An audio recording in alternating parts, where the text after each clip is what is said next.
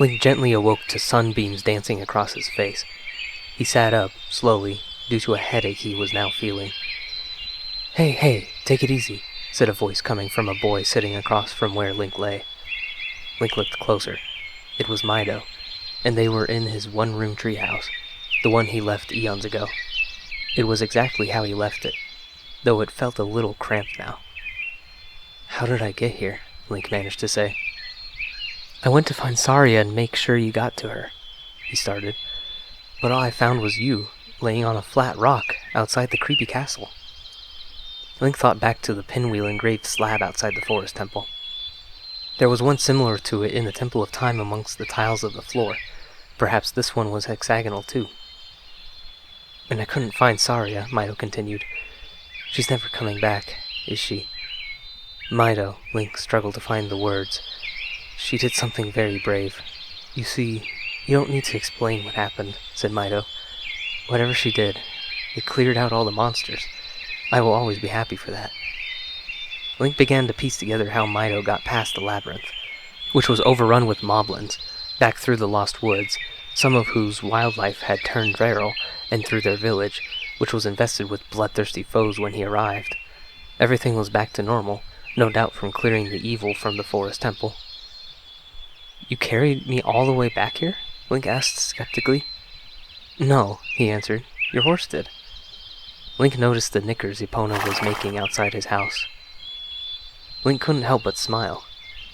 Thanks, Mido. Hey, Link, Mido paused. I'm sorry for being so mean to you all those years ago. I guess I was just jealous, because Saria really liked... Hey, Mido! A Kokiri said as she popped her head in and interrupted. You gotta come see this. There was now a buzz of kids murmuring outside. Oh, hi, mister. You feeling better? She had just noticed him, but didn't recognize him. Mido must have kept his identity a secret. You can come too. What's going on? Asked Mido. Something's going on at the great Deku Tree. They walked together to the clearing where the Deku Tree once lectured the children and taught them things. The old withered carcass of the tree stood tall against the morning sky, its leafless branches pointing every which way. At the base of the enormous trunk, a crowd of Kokiri was gathering. Curious, Link squeezed by his old neighbors up to the front so he could see. Towering over everyone, he could see a little sprout, full of color, and boasting a single leaf. This alone was interesting, but what was causing the commotion was the wiggling it was doing. Back and forth, the little twig swayed, almost as if it was trying to spring out of the ground. There was a sudden burst of dirt around it, and the crowd stumbled back, startled. The twig was but an appendage of a knot of wood that had just rose from the ground. The crowd gasped as the features on the knot of the wood began to move, and it began to speak. Hi there, it said in a tiny voice. I'm the Deku Tree Sprout. The crowd murmured, the name Deku Tree being passed around. Because you and Saria broke the curse on the forest temple, I can grow and flourish. Thanks, Link. The crowd murmured again, this time passing the name Link around. Link turned around and faced his fellow Kokiri. It seemed many of the kids could now see the old boyish face in the one he had now. Link? Some of them called out. Have you not seen your old friends? The Sprout asked, surprised. None of them recognized you with your grown-up body, did they? That's because the Kokiri never grow up. Even after 7 years, they're still kids. Link looked around the crowd. Every single one of them had not changed a bit. You must be wondering why only you have grown up. Link turned to the Sprout. He was talking to him, and he did so desperately want to know the answer to this question. He had ever since he woke up in an adult body. Link, you grew up because you are not Kokiri.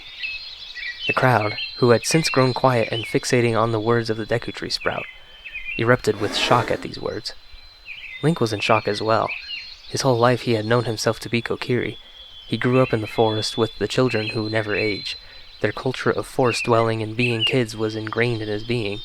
Of course, he was no longer a kid. This revelation made sense. He started to realize that deep down, despite the deep-rooted Kokiri identity, he never truly felt like a Kokiri. He had always felt like an outsider to the tribe. It took him ages to be granted a fairy. He was the first to ever leave the Kokiri forest, and he always felt a connection elsewhere, to a far-off kingdom.